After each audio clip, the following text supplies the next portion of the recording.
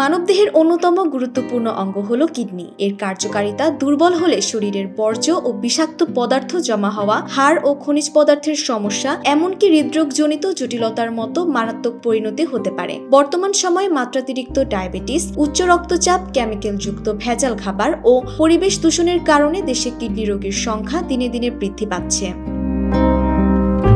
বিশেষজ্ঞরা বলছেন, কিডনি ভালো রাখতে দৈনন্দিন খাবারের তালিকায় পরিবর্তন আনা জরুরি। খাবার তালিকায় সবুজ শাকসবজি, গোটা শস্য, ফল, চর্বিবিহীন প্রোটিন ও সোডিয়াম জাতীয় খাবার অন্তর্ভুক্ত করা উচিত।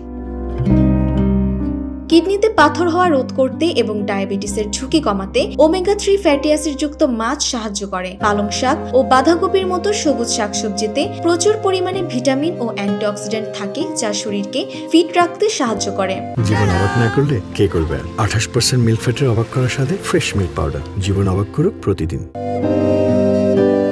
দুগ্ধজাত খাবারে পটাশিয়াম, ফসফরাস ও প্রোটিন থাকায় এটি কিডনি সুস্থ রাখতে সহায়তা করে। পরিমিত পরিমাণে কফি পান করলে ক্যাফেইনের কারণে কিডনি ভালো থাকতে পারে, তবে অতিরিক্ত কফি স্বাস্থ্যের জন্য ক্ষতিকর। এছাড়াও ভিটামিন, ফাইবার ও খনিজ সমৃদ্ধ বাদামি চালে পটাশিয়াম, ফসফরাস ও সোডিয়াম থাকে, যা কিডনি ভালো রাখতে সাহায্য করে। বিশেষজ্ঞদের মতে, খাদ্যাভ্যাসে এই পরিবর্তনগুলো এনে অনেকেই নিজেদের কিডনিকে সুস্থ রাখতে পারেন। ডেস্ক রিপোর্ট, জয় জয় দিন।